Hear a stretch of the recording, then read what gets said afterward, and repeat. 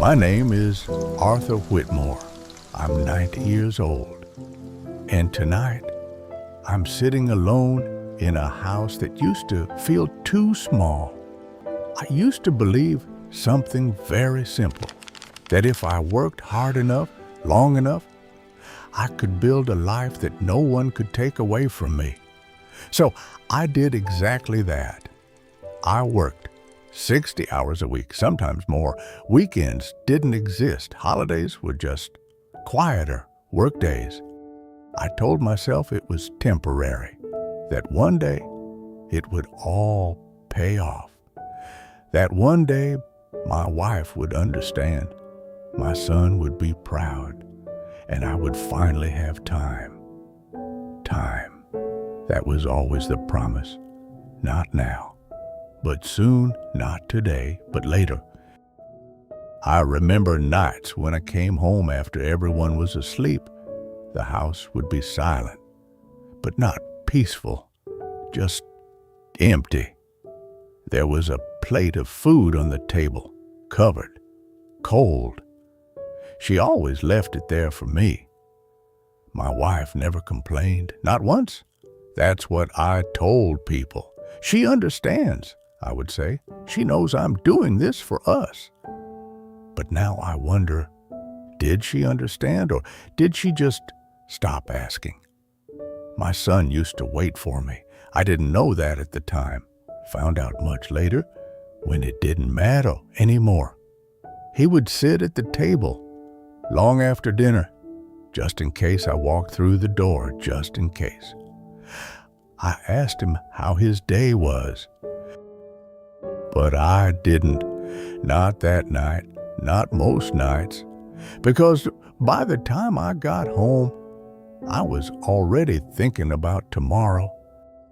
You see, I wasn't trying to ignore them. I was trying to build something for them. That's what makes it worse. Because the truth is, I didn't leave my family. I just kept choosing something else. For a long time, it worked. At least, that's what it looked like from the outside. The promotions got, the money followed, and slowly, so did the recognition. People started to know my name. They shook my hand differently, listened more carefully, spoke to me like I mattered. And I won't lie, I liked it. There's something addictive about being seen as important, about walking into a room and knowing you earned your place there. I bought a bigger house, a nicer car, things that proved I was doing something right. My wife smiled more in public. My son stopped asking questions, and I told myself, this is what success looks like. But success is a very quiet liar. It doesn't scream, it whispers. It tells you things like, just one more year, just one more deal, just one more late night. And you believe it, because every time you give a little more, you get a little more back. More money, more respect, more distance from the people who used to wait for you. I didn't notice when my son stopped waiting. I didn't notice when dinners became silent. I didn't notice when my wife stopped leaving food on the table. Because nothing dramatic happened. No arguments, no ultimatums, just less. Less talking, less laughter, less of us. And the strange thing is, I thought that meant everything was okay. When I retired, I thought it would feel like freedom. No more meetings, no more deadlines, no more reasons to say, not now.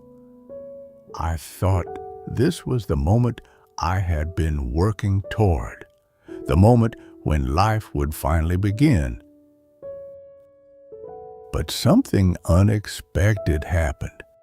The phone stopped ringing. Not slowly, not over time, just stopped.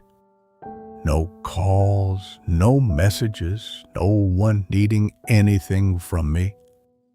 At first, I told myself it was normal. People were busy, life goes on. So I tried reaching out to old colleagues, people who once said they couldn't do anything without me. They were polite, friendly, distant. That's when I started to understand something. All those years, I wasn't important. I was useful. And usefulness has an expiration date.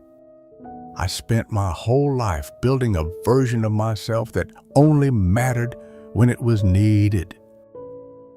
And when that need disappeared, so did everything else. I called my son one evening.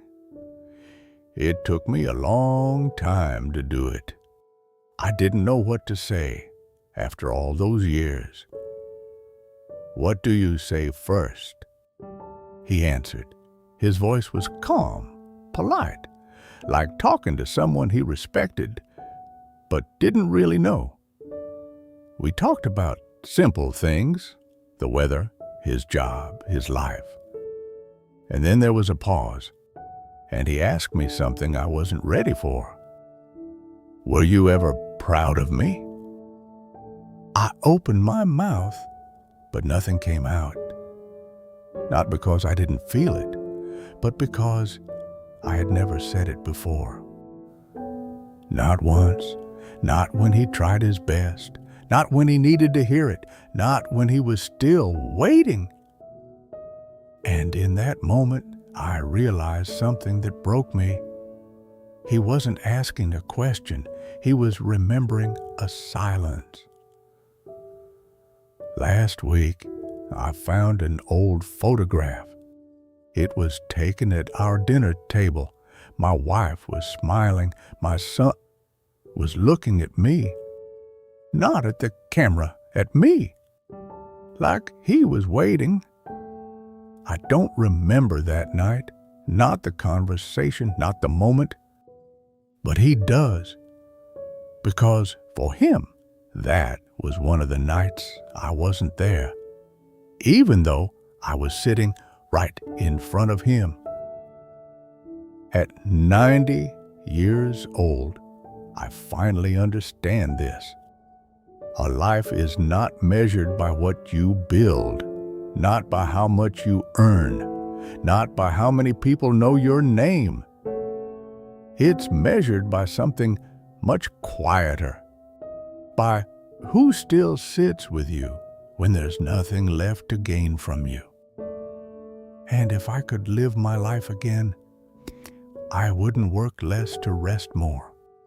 I would work less, so I wouldn't have to spend the rest of my life remembering what I missed. And maybe the scariest part of life is not losing everything at once, but losing it quietly, one later at a time.